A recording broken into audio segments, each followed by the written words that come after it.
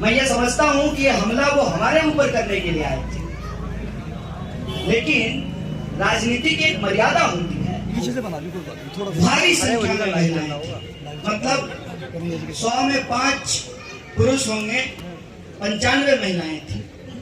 और कार्यक्रम को समाप्त करके जो ही बाहर आए, आगे आगे पार्षद जी चल रही थी, पीछे से हम लोग थे और भी लोग थे, बहुत ज्यादा भीड़ थी। अचानक भीड़ से जिसको उनके परिवार के सदस्यों ने पहचाना है कि वो भाजपा से जुड़ा हुआ व्यक्ति है, वो उनके ऊपर हमले करता है। आप सुनो, ये बहुत गंभीर बात है, ये कितनी चिंता की बात है।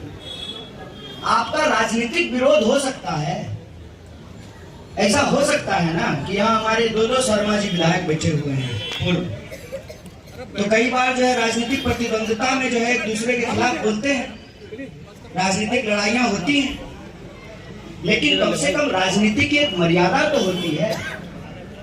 आप जो है छाया शर्मा के ऊपर हमला कर रहे हैं। मैं ये समझता हूं कि ये हमला वो हमारे ऊपर करने के लिए आए थे, लेकिन राजनीति की एक मर्यादा होती है। हम इस मंच से कड़े शब्दों में इसकी निंदा करते हैं, और जो बात दिल्ली के सीएम केजरीवाल जी कह रहे हैं, जो बात कांग्रेस पार्टी के हमारे राष्ट्रीय अध्यक्ष मल्लिकार्जुन खड़गे जी कह रहे हैं, जो बात हमारे नेता राहुल गांधी कह रहे हैं कि भाजपा इस देश में लोकतंत्र को समाप्त कर देना चाहती है, कि उसका जीता जागता उदाहरण है। आप बताइए, 10 साल से उत्तर पूर्वी दिल्ली की जनता मनोज तिवारी जी को वोट दे रही है, 2 बार आपको सांसद बनाया है, 303 सीट दिया बीजेपी को इस देश के लोगों ने। 10 साल हो गए, एक बार भी प्रधानमंत्री उत्तर पूर्वी दिल्ली में नहीं आए। कांग्रेस पार्टी ने, इंडिया अलायंस ने मुझे प्रत्याशी क्या बनाया कि प्रधानमंत्री जी यमुना खातर पहुंच गए।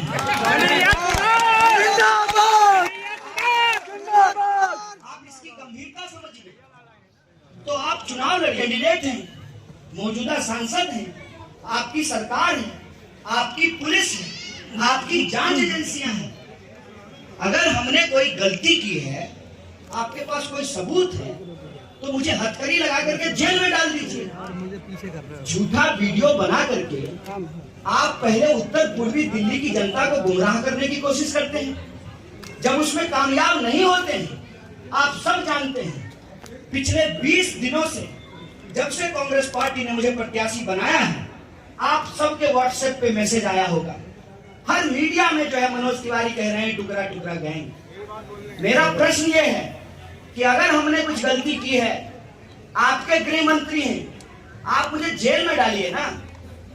आप 18 महीने से मनीष सिसोदिया जी को पकड़ करके जेल में रखे हुए हैं, आप कईयों को जेल में बंद करके रखा है, और आप भाषण में बोलते हैं, आप मीडिया के बयानों में बोलते हैं, और जब पार्लियामेंट में क्वेश्चन पूछा गया तो आप जवाब देते नहीं, ऐसी कोई बात नहीं है।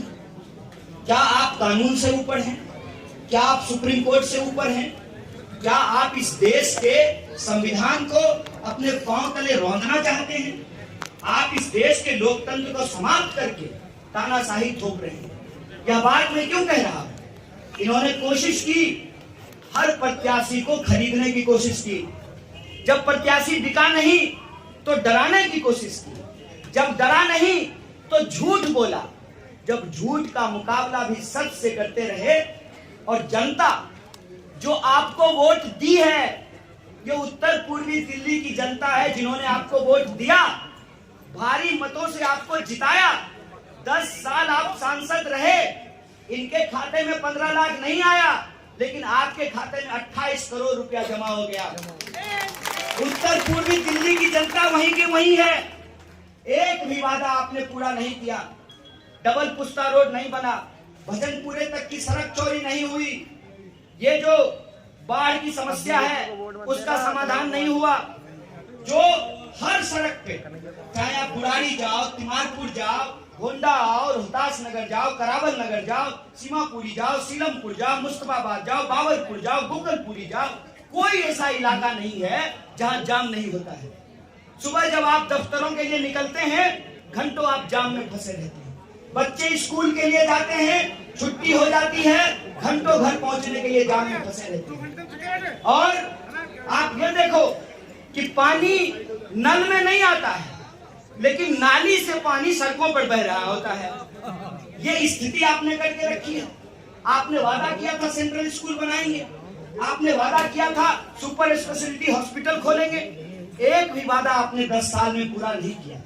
उसके खिलाफ लोग जब अपना गुस्सा व्यक्त कर रहे हैं, लोकतंत्र में आपका अधिकार है ये कि आप सब प्रत्याशी को सुने और जिसकी बात आपको अच्छी लगेगी आप उसको वोट करेंगे, जिसकी बात आपको अच्छी नहीं लगेगी उसको आप वोट नहीं करेंगे।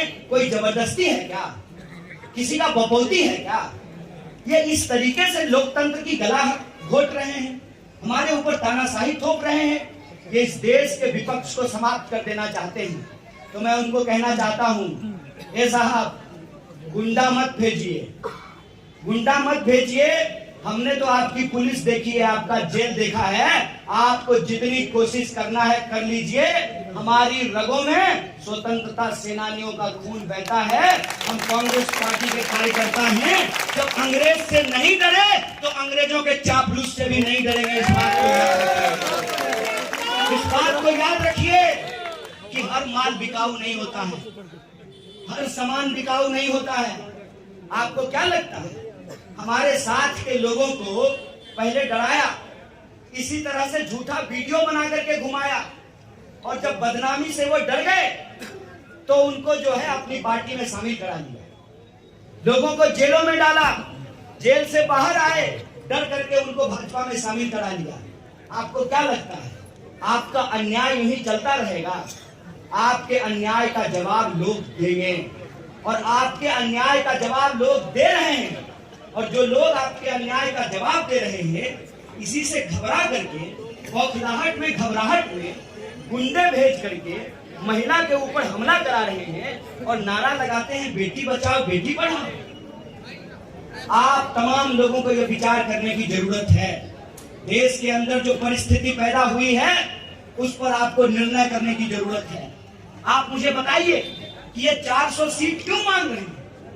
272 सीट काफी होता है महंगाई कम करने के लिए, 272 सीट काफी होता है बेरोजगारी कम करने के लिए, 272 सीट काफी होता है जाम की समस्या का समाधान करने के लिए, 272 सीट काफी होता है अस्पताल बनाने के लिए, स्कूल बनाने के लिए। इनको 400 सीट क्यों चाहिए? ये 400 सीट इसलिए लेना चाहते हैं कि इस देश से लोकतंत्र को समाप्त करना चाहते हैं, और लोकतंत्र को समाप्त करना चाहते हैं। इसके लिए जरूरी है कि ये विपक्ष को बदनाम करते हैं, विपक्ष के खिलाफ झूठ बोलते हैं, विपक्ष के नेताओं को जेल में डालते हैं, फिर भी अगर इनका बात ना बने तो चुनाव प्रचार के दौरान हमला कराते हैं।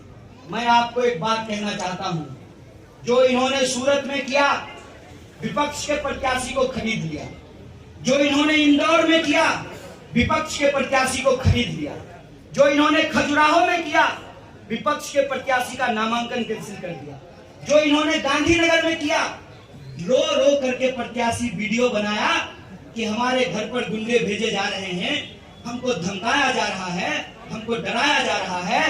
तो हम उनको कह देते हैं, रे भाई मेरा नाम कन्हैया है, गंगा नदी के किनारे पैदा हुए हैं और जमुना किनारे खड़े हैं, तुमको ललकार करके कहते हैं दूसरे डरने वाले नहीं हैं।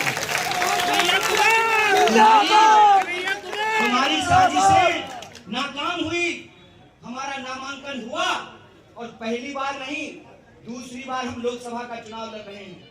इलेक्शन कमीशन ऑफ इंडिया ने हमारा नामांकन स्वीकार